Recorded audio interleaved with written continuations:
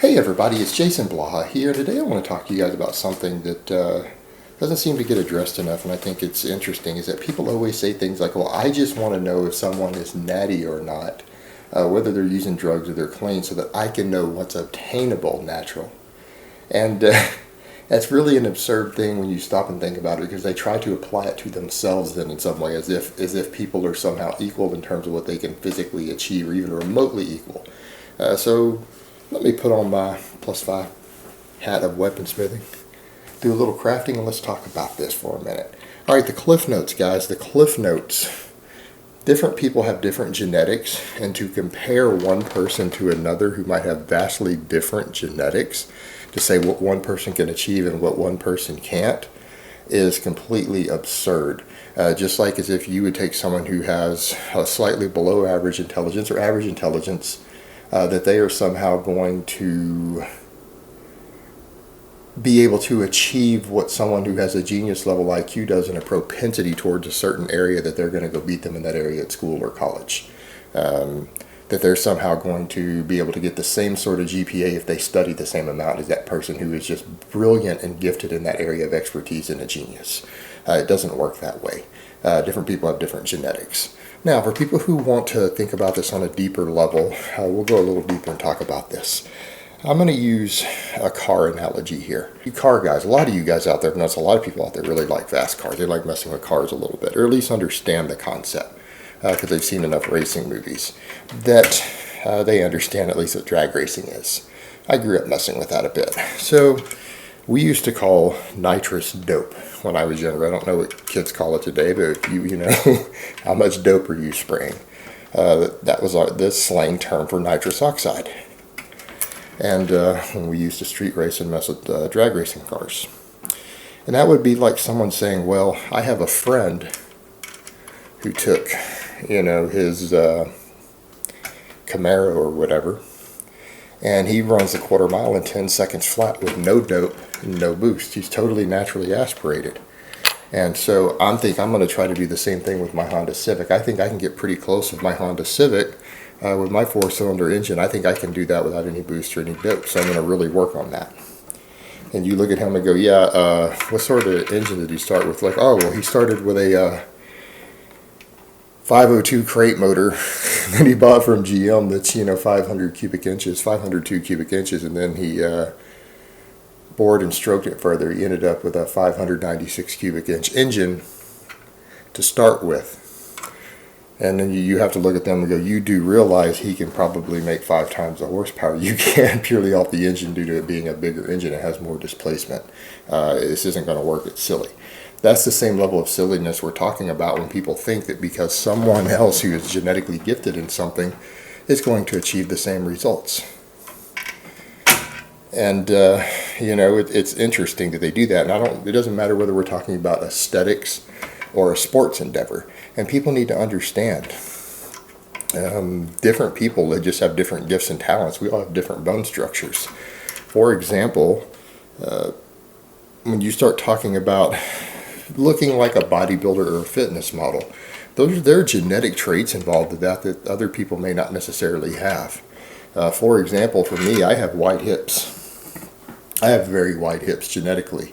That would predispose me to being a better football player, a better power lifter, but I will never be able to have what most people would call the really aesthetic physique, no matter what drugs I took or anything else. I just have a wide hip structure. My bone structure will not allow for that certain look, even though I have really wide shoulders and a big rib cage.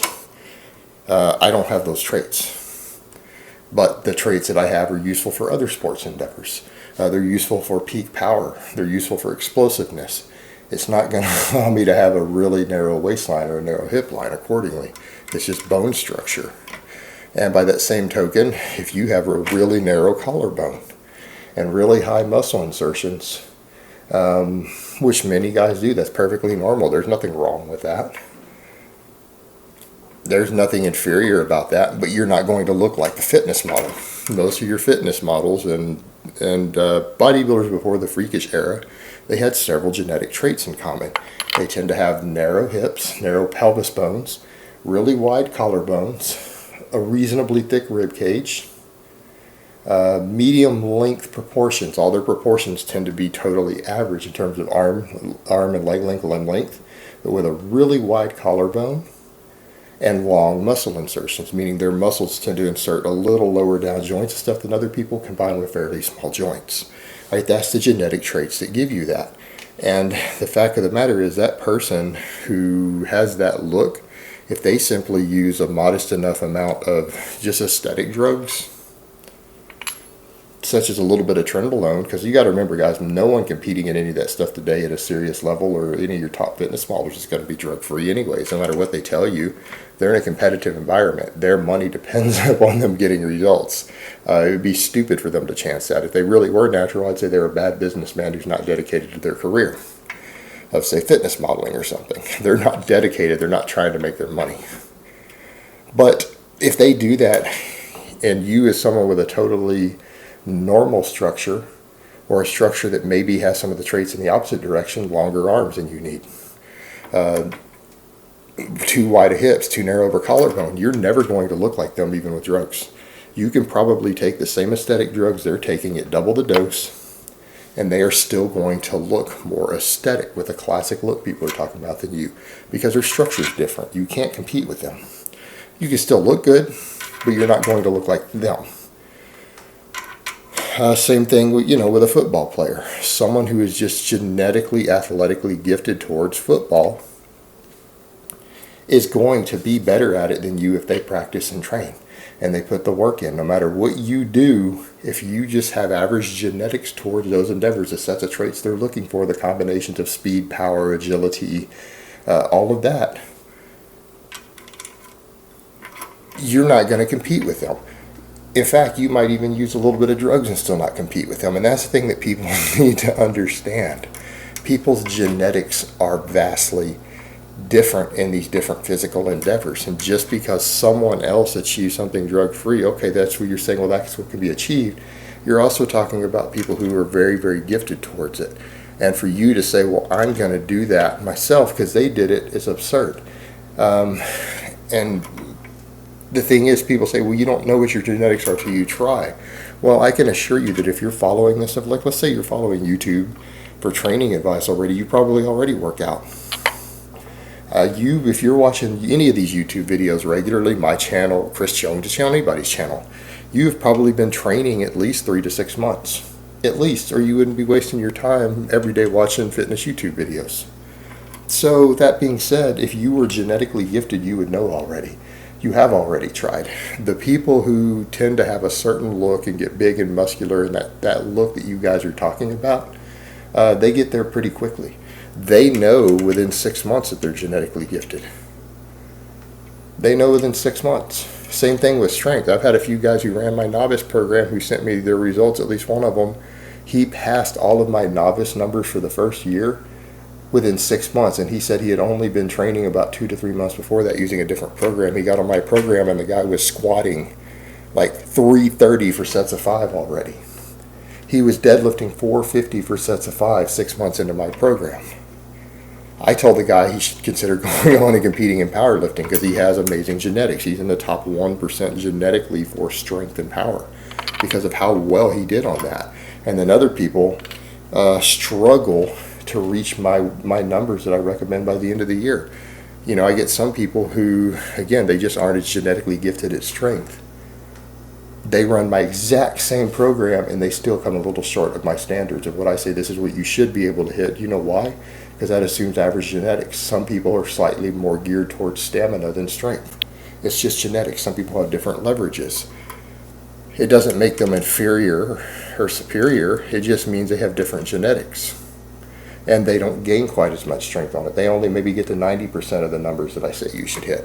Whereas in this other guy, blew those numbers out of the water, those 1-year numbers within 6 months. Just crushed them. And I saw his results, so he had sent me videos.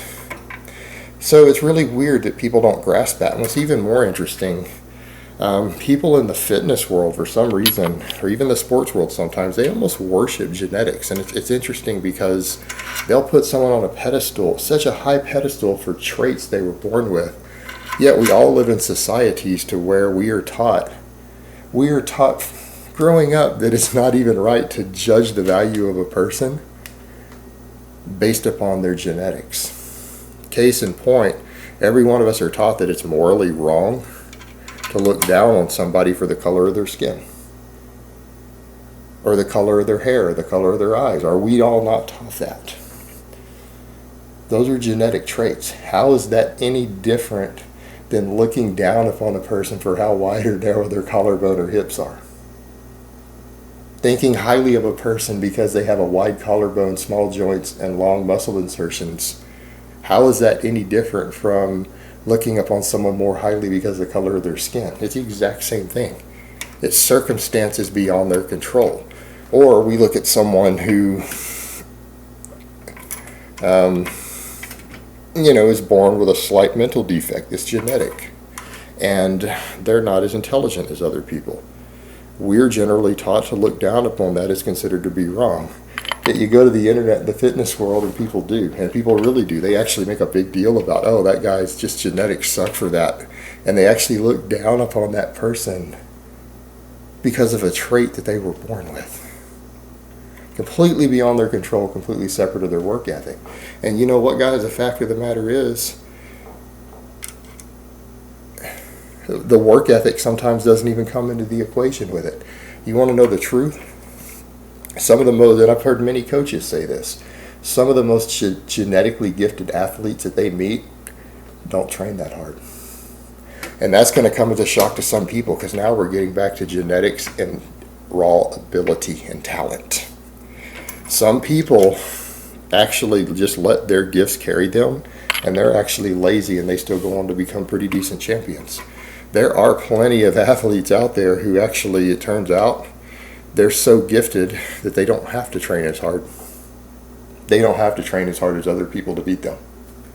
And a lot of them choose not to. And again, I've definitely heard coaches say that. Now, there are exceptions. The difference is some of those guys, if they were with their gifts, if they were to train twice as hard as they do, would probably earn an extra $1 million every year. Some of them just don't care enough. And there are those out there. And you see the same thing in the fitness world and modeling world and bodybuilding world too. Some of the guys out there who do really well, actually turns out that they're pretty lazy with what they do. And some of them have even admitted it in the past. Flex Wheeler comes to mind. You guys remember how well Flex Wheeler did in bodybuilding, yet his training was some of the laziest I recall seeing, as far as footage goes back in the day. So at the end of the day, guys, everyone's talking about, well, I just want to know what can be achieved naturally. And my question to you would be, why? Why do you care? Just because someone with 1 in a million genetics achieves something drug-free doesn't mean that the other 95% of the population has any chance of achieving anything remotely close to what they did completely clean. It's really irrelevant at the end of the day. And particularly where people get duped on this is ultimately that sometimes those really gifted people then use that to sell you products. This product helped me get there. You buy these shoes, buy this training belt, buy this protein powder, buy this post-workout recovery shake, or buy this program because this is my secret. When in reality, their secret was just in their genes. And when people take that mentality of, well, I just want to see what can be done, I've noticed that people who do that, you're also, because you're not thinking in terms of it is their genetics that carry them, not this other stuff oftentimes, that they're then subject to marketing, because they're the ones who are going to buy this stuff that's not going to help them at all. All right, guys, but that's really all I have to say on that today. I hope it's been informative, and I will talk to you guys next time.